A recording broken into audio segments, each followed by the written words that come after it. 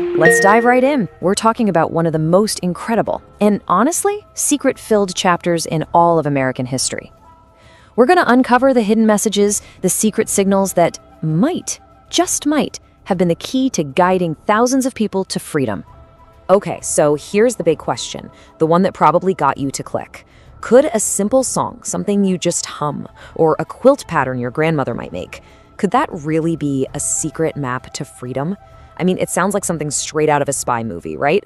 But for countless people risking absolutely everything, the story goes that these everyday things were their most powerful tools. So let's find out if it's true. So first up, we're going to look at a song, but this isn't just any song. It's one tied to a really mysterious figure who supposedly taught it.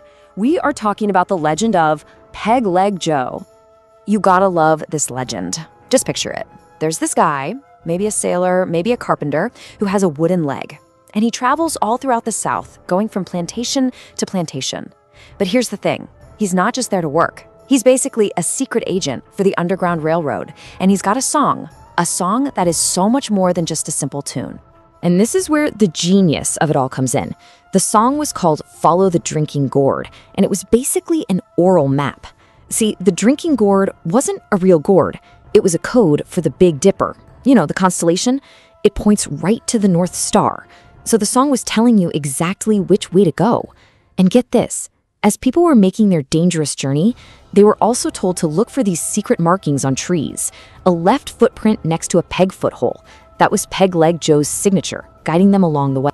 Okay, so a song as a map is pretty incredible. But that wasn't the only trick up their sleeve, according to the legends.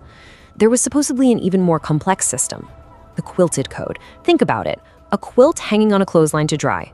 Looks totally normal, right?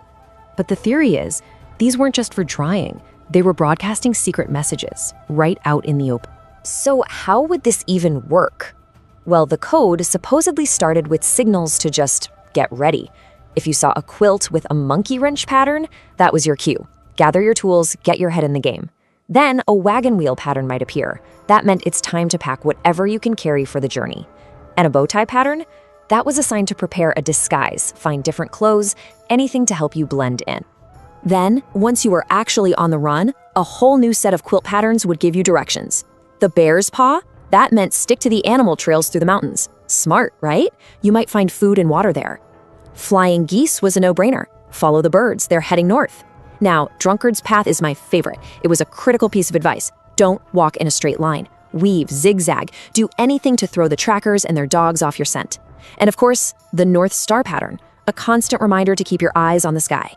Now imagine you're on this terrifying journey, you're exhausted, you're scared, and then you see it, a log cabin quilt. That pattern, according to the legend, was the most beautiful sight in the world. It meant safe house here, a place you could finally rest, get something to eat, and get help before you had to move on. It was literally a symbol of hope in a world full of danger. Okay, these stories are wow. I mean, they're just so powerful, right? They paint this picture of unbelievable bravery and cleverness. But, and this is a big but, we have to hit the pause button and ask a really important question.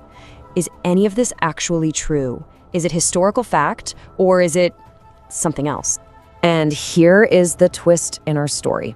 As amazing and widespread as these tales are, the truth is, most historians don't buy it. They pretty much all agree that when you look for hard, concrete evidence, diaries, letters, records to prove these specific quilt and song codes were really used systematically, it's just not there. It's widely considered to be folklore. So let's just lay it out, side by side. The popular story we all love is about these brilliant, widespread codes hidden in everyday objects.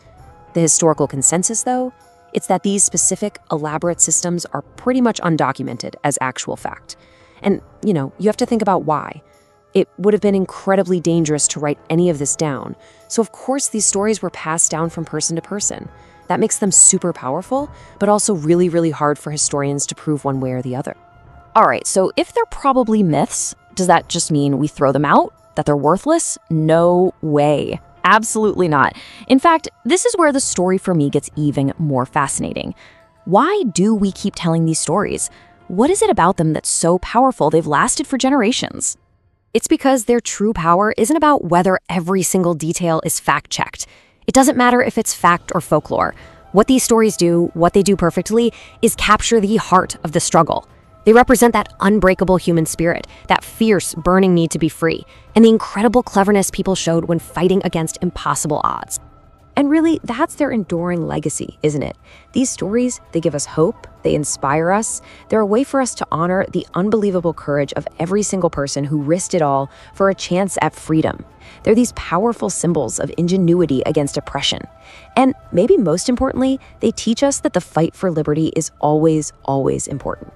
I mean, these stories of just earth-shattering transformation, stories that saved lives and inspired people to be free, that's powerful stuff. And that spirit, that's the very essence of the journey that's portrayed in things like Heritage Owl's Underground Railroad board game. It's all about capturing that same feeling, that high-stakes fight for freedom. So, did you find this little dive into history fascinating? I know I did. If you did too, hey, do us a favor and subscribe. We're always breaking down more complex, compelling stories just like this one. So, I'm gonna leave you with this one last thing to think about. When a story inspires this much hope, when it represents the kind of courage it takes to fight for your own freedom, does it really matter if every single detail is true? What do you think the true power of a story is?